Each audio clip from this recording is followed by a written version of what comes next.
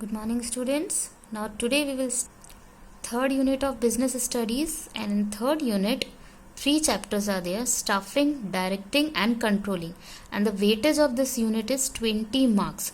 So first chapter in this unit, that is staffing. So let's start the new chapter.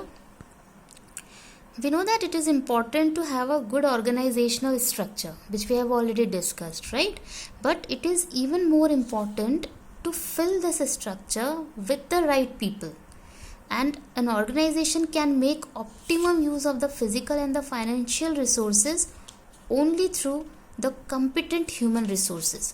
So this staffing chapter is related with the fulfillment of the competent human resources, and after preparing the plans and designing suitable structure of organization, the function of staffing is performed by the managers. So staffing is the primarily concerned with finding the right person for the right position at the right time. And we know that staffing is required everywhere, though it is a new enterprise or it is an existing enterprise.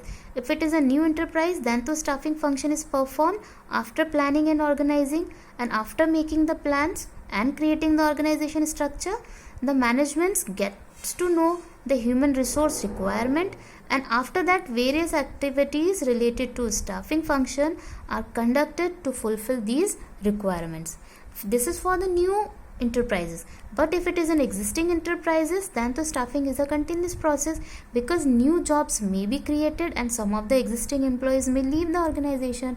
If the enterprise is expanded, for the expansion we need more employees, that means we want more staffing.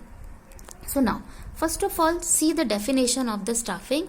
It consists of manpower planning, recruitment, selection, training, promotion and maintenance of managerial process.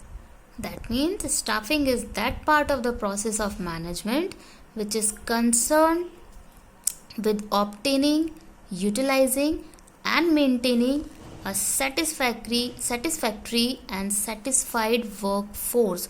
That means staffing is the function by which managers build an organization through the recruitment, selection, development of individual as a capable employees. Now, before we will start the importance of the staffing, some features we should discuss, that just like we have discussed in the planning and in the organizing also, that staffing is an integral part. That means without staffing, not a single organization can exist. That means an organization cannot exist without the human resources.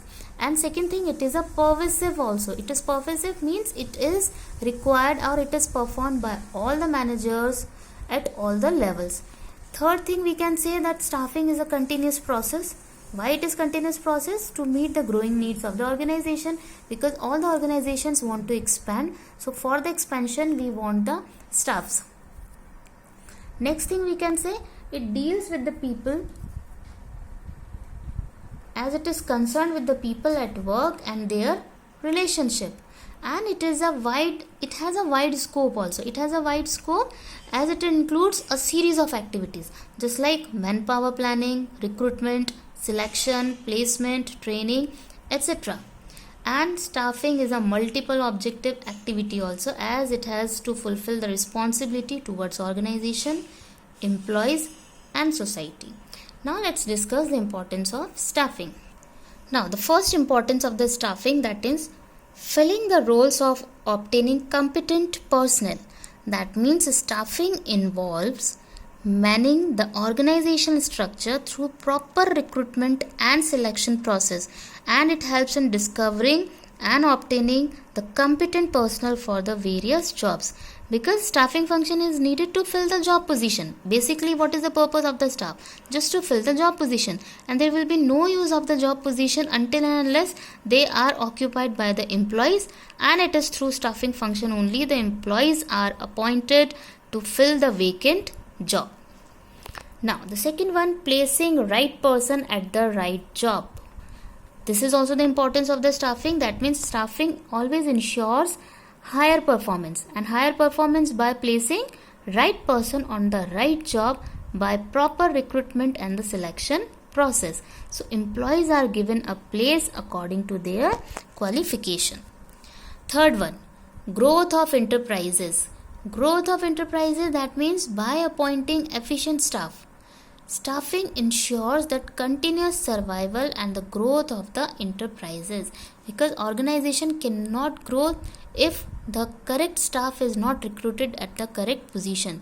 So as organization grows with the effort of its employees only. Next one, fourth, optimum utilization of human resources. Optimum utilization, that means through manpower planning and the job analysis, we can find out the number of employees and the types of employees which we required in the organization. So there are no chances of over manpower and the shortage or underutilization of the manpower. Or proper manpower planning, recruitment and the selection, it always enables the organization to procure required quantity and the quality of human force. Sixth, improves job satisfaction. Improves job satisfaction, that means staffing function does not end only with the appointment of employees. It always includes training, promotion, compensation, maintenance, etc. So all these activities helps in motivating the employees and boost up the morale of the employees. Next one, helps in competing. This I forgot the fifth point. Helps in competing, that means two organizations can easily acquire same type of physical and the financial resources. But what helps organization? What helps organization to win over the other? That is efficient staff only, because it is possible that both the organization is having the same financial resources, same type of the other resources also, but how the one enterprise earn the more profit as compared to the other? Just because of the efficient staff. So the organization with the efficient staff can easily win over its competitors. Now the last one, key to effectiveness of other functions, that means no other function of the management can be carried out without the efficient staffing function, because all the functions are performed by whom? It is performed by human beings, and human beings join the organization by staffing function only. So let's discuss again the importance of the staffing. That means filling the roles by obtaining competent personnel, that means qualified, talented and the efficient staff is appointed according to the job requirement. Second, placing right person at the right job, that means the employees, the staff is appointed according to their requirement of the job, according to their qualification. The right person is appointed at the right job. Growth of enterprises. Enterprise can grow if the efficient employees contribute for the growth of an enterprises, because individually at their level enterprise cannot work. It can work, it can earn the profit only with the help of the efficient staff. Fourth, optimum utilization of the human resources. That means efficient staff can help you to win over your competitors, because if we have hired efficient human resources, then only we can optimally utilize them. Helps in competing. Obviously, if we have hired the efficient human resources, we can compete with our competitors. Sixth, improves job satisfaction. If we will train the staff time to time, if we will give them a promotion, if we will give them a compensation time to time, it will boost up them. It encourages the employees to give their best. So automatically it gives them job satisfaction. Last one, key to effectiveness of other function. That means all the functions are interrelated and management cannot be carried out without the efficient staffing function. So if we will hire a good staff, and it is depend upon the human beings, so human beings join the organization by the staffing function only.